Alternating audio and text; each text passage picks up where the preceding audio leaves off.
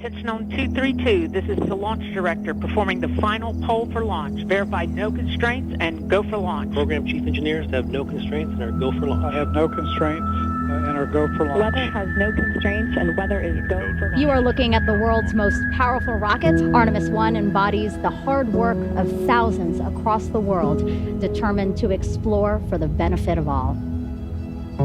After years of testing and talking and testing some more, Artemis 1 finally carried the dreams and aspirations of the world back to the moon. I knew this would be an exciting mission. I mean, we haven't left low Earth orbit in over 50 years. Nobody on my team had done it. Most of them weren't even alive back when we did it last.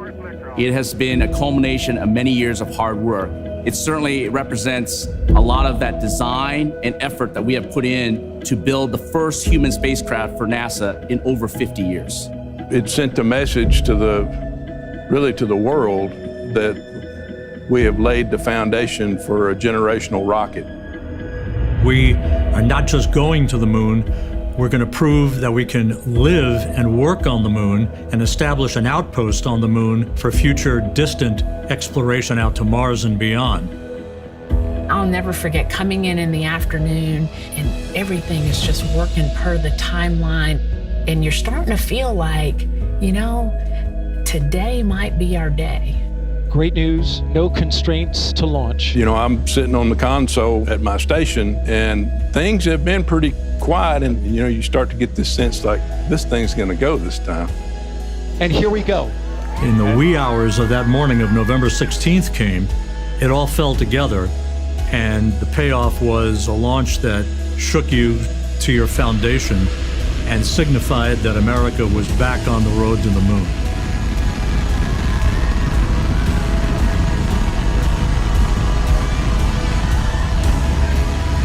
And when that vehicle lifted off the pad, the windows began to shake. And the building announces that that vehicle is flying. I was overwhelmed with joy and excitement, not just so much for me, but for the entire team, for the country. It was eye-watering. And I was tearing up. What an amazing accomplishment for this team. I'm still shaking a little bit. That never gets old. That is always one of the coolest things you'll ever see in your entire life.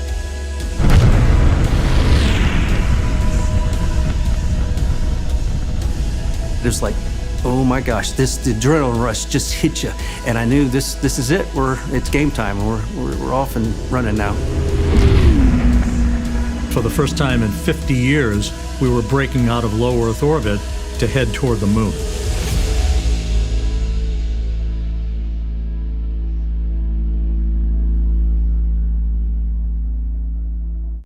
And attitude for solar array deploy. Saw deploy initiated. Copy. Flight MPO, 4 solar arrays released. After the vehicle was put in its preliminary orbit, meaning Orion and the ICPS, we had to wait for translunar injection, and that was a whole different game. Let's go have a good burn and just go to the moon. Let's do it. Now, if you think about hitting a keyhole in the sky, it was all about that translunar injection burn from the ICPS. Without a perfect burn from the ICPS, we weren't going to the moon. We certainly weren't going in the right place. That little RL-10, the engine that could, went on and had the longest burn it had ever had in the history of the RL-10 program, which goes back many, many years. SLS set us up for success. The launch vehicle and the insertion point was over 99% accurate to where they predicted. Orion is now flying free, attached to the European service module and on its journey to the moon. We had video from Orion shortly after the translunar injection burn was complete. Orion flipped around and we took pictures of the Earth, and I had no words. It was just amazing, amazing. The views of our blue marble in the blackness of space, now capturing the imagination of a new generation, the Artemis generation.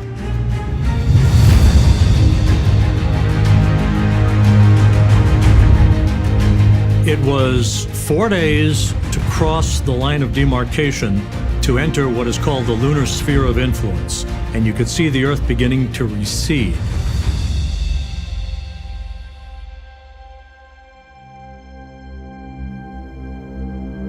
Our first big burn was the outbound powered flyby, which is the one where we went right by the moon. Orion was actually on the backside of the moon, so we did not have communications with it, so we had to set everything up ahead of time.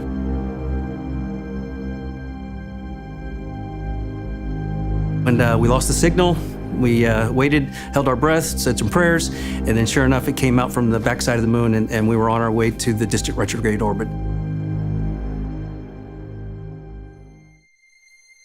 Distant retrograde orbit, we're going to be about 38,000 miles away from the lunar surface. Artemis 1 traveled approximately 268,000 statute miles from Earth. One of the really fantastic moments during the mission was where we saw the first image of the farthest point that any human spacecraft has gone before. We see these images downloaded real time, and we would sit in the rooms and we would just pause the meeting. We'd pause the discussion, go, look at that picture. It's almost unreal. They really represented as if we were there on board the spacecraft, looking at the moon and looking at the Earth, our home.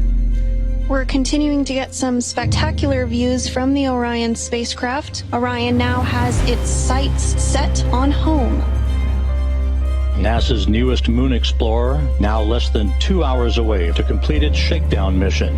When you hit the Earth's atmosphere, entry interface, we did what we call a skip entry, where Orion bored down into the atmosphere for a period of time, then it popped out, and then it skipped upwards of, it was thousands of miles. And if you don't come back into the atmosphere with accuracy, you will skip out of the Earth's orbit and not be able to return. And we did that intentionally because we wanted then to come back down and do a second heating cycle. We're coming back into the atmosphere, basically a double heating to really stress the heat shield. It's hard not to hold your breath when all of that's happening, because I'm thinking to myself, if this doesn't go well, what do I do? What do I have? That was the major objective of Artemis 1. We had to prove that that heat shield would be rock solid to sustain a crew, because if you don't ablate the heat, you're done. And there it is, high over the Pacific, America's new ticket to ride to the moon and beyond now in view. Finally, on re-entry, that was a culmination of that 25-day mission that we waited with bated breath to make sure our baby came home. Splashdown, Orion, back on Earth. And when it hits the water, everyone just goes. It's just a rush to get to the capsule as quickly as we can. And so the teams, they feel the sense of urgency. The small boats move, the helicopters move, we're taking imagery from the air. We handled the recovery capsule like it was a fragile egg. We wanted to make sure that the heat shield got all the data that they needed, that everything, all the mechanisms were preserved. From Tranquility Base to Taurus Littrow to the tranquil waters of the Pacific, the latest chapter of NASA's journey to the moon comes to a close. You could sense a sigh of relief in the flight control room in Houston, knowing that our job was complete. We had brought Orion home successfully and set the stage for grander things to come in the future. It was a testament to the hardware, but it was a testament to the teams, all of the teams that had a hand in bringing that hardware together. We learned so much about how this vehicle is going to operate, and we proved that it is ready to put humans on board. For Orion and for Artemis, this is just the starting point. Next thing is getting ready to fly the crew on Artemis 2. Ladies and gentlemen, your Artemis 2 crew.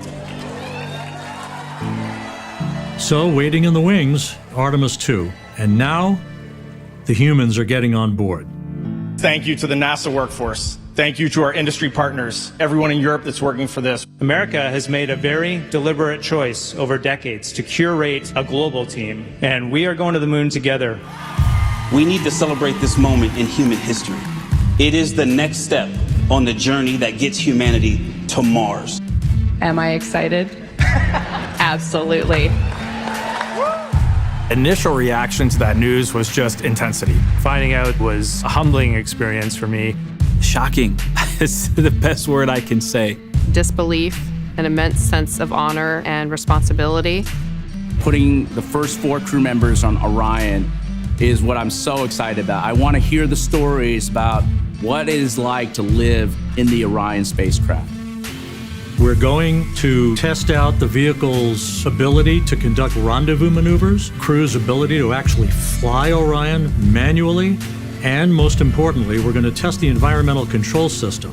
We got humans on board. We got to keep them safe. We got to keep them breathing. And then we're going to have them come back at that high-speed entry of 32 times the speed of sound to make sure that they can survive this for future missions. It's very exciting to fly crew, but it's also daunting, right? Because these are people, and they're putting their lives in our hands. This one needs to perform and will perform as good or better than the first one did. And so we have new launch commit criteria, we have changes to our procedures, changes to our timelines. We have new systems for crew, we have new systems in the capsule, we have an emergency egress system, we have new recovery systems.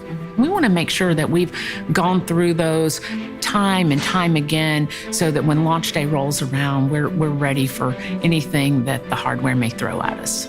By building incrementally these capabilities, improving these capabilities that we have through the Artemis campaign, we will be able to live on the moon and be able to perform science that is very important for deep space exploration. I am ready for Artemis 2. The SLS team is ready for Artemis 2. We are ready for Artemis 2. We are ready. We are ready. All right, I'm ready. Let's go.